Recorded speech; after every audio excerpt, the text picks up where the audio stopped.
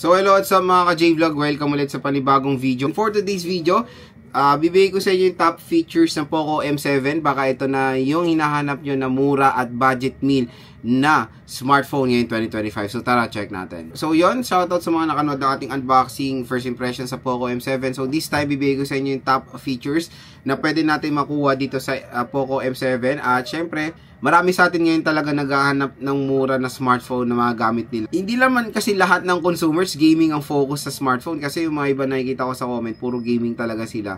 Pero syempre, ano natin yung side ng mga hindi naman mag-games, yung chipset na yan is reasonable naman sa kanila as long as yun nga meron sila magagandang storage na makukuha. And of course, pinaka main focus ng iba is battery. So kung battery talaga ang hinahanap nyo sa isang device, ito na po ang solusyon nyo dyan, the Poco M7. Sabihin ko sa inyo kung bakit maganda siyang i-purchase ngayon 2025. So yun mga idol, when it comes sa SRP ng Poco M7, meron siyang SRP dito na 7,499 for the 6GB 128 at 8,499 for the 8GB 256. Yung kinuha natin is yung 6GB 128 at nakuha ko siya ng sale sa around 5,000 plus.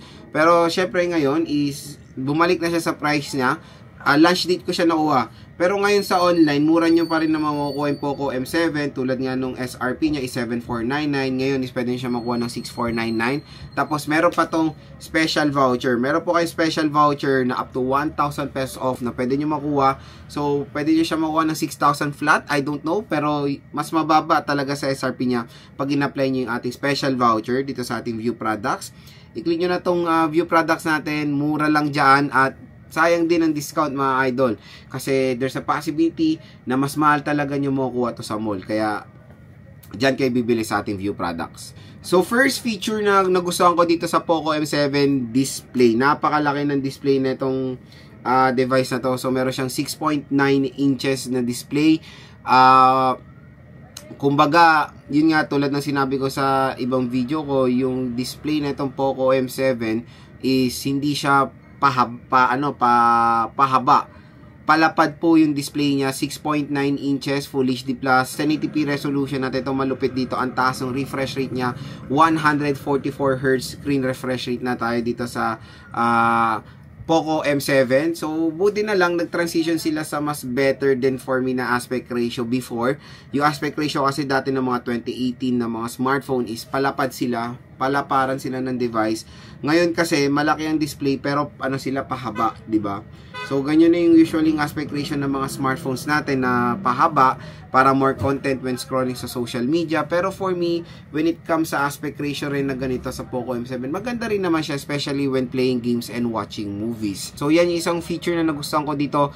Napaka-convenient, napakalaki ng display niya. At syempre, ang taas ng refresh rate niya na usually nakikita natin is 120Hz. Ito 144Hz refresh rate na ang mapoprovide ng Poco M7.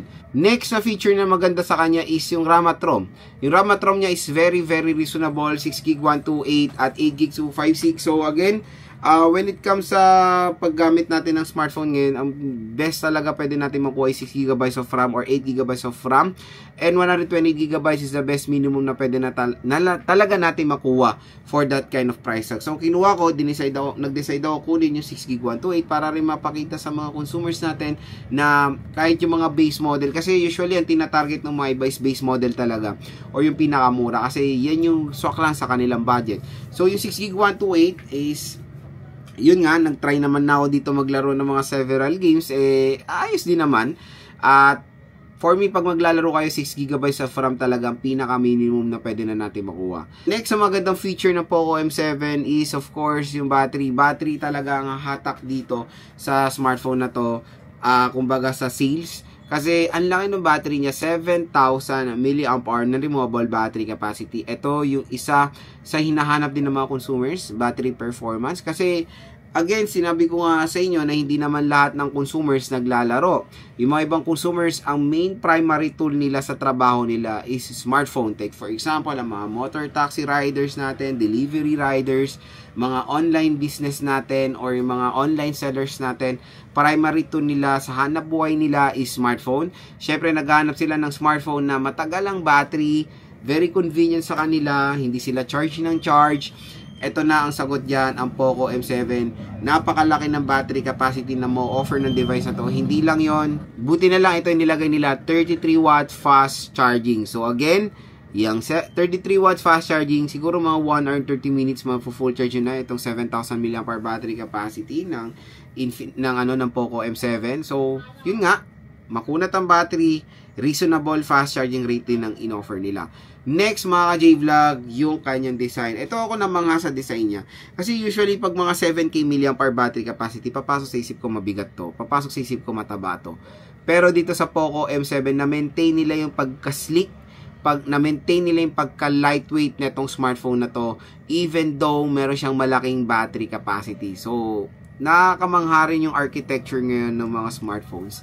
And even yung ergonomics na nilalagay nila sa mga smartphones ngayon is nakakagawa sila ng paraan para mapanipis or mapagana ng smartphone kahit na merong malaking battery capacity. Again, dati nung 2019, 2020, narinig ko lang ang 5K mAh. Dati, 5K mAh is a huge feature yan ng smartphones before.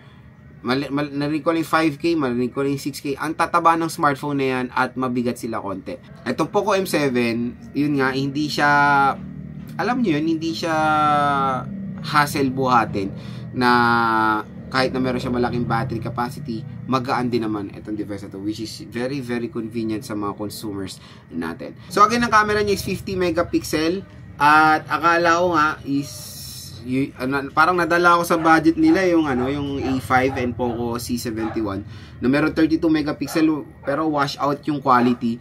Dito naman sa Poco M7, surprisingly maganda naman yung camera niya sa front facing and sa rear camera. Video camera saan yan for a budget smartphone talaga, hindi magaganda quality niyan. Pero photo, mabibigay naman yung justice yung 50 megapixel na camera ng Poco M7. So yun mga ka-J-Vlog ang ating top features so far dito sa Poco M7. So super sulit na smartphone na pwede nyo ma-purchase ngayon 2025. At kung interested nga kayo dito, i-click nyo na tong view products natin dahil dito sa view products natin up to 1,000 pesos off ang pwede nyo makuha dito sa device na to. Kaya na pang hinihintay nyo mga idol, hanggang mura pa. Kung naghanap kayo ng smartphone na merong makunat na battery, yes, ang kunat talaga ng battery nito, sobrang tagal ng standby time niya. Ang laki ng display, reasonable chipset, reasonable RAM at ROM. Ito na ang sagot sa inyo, ang Poco M7.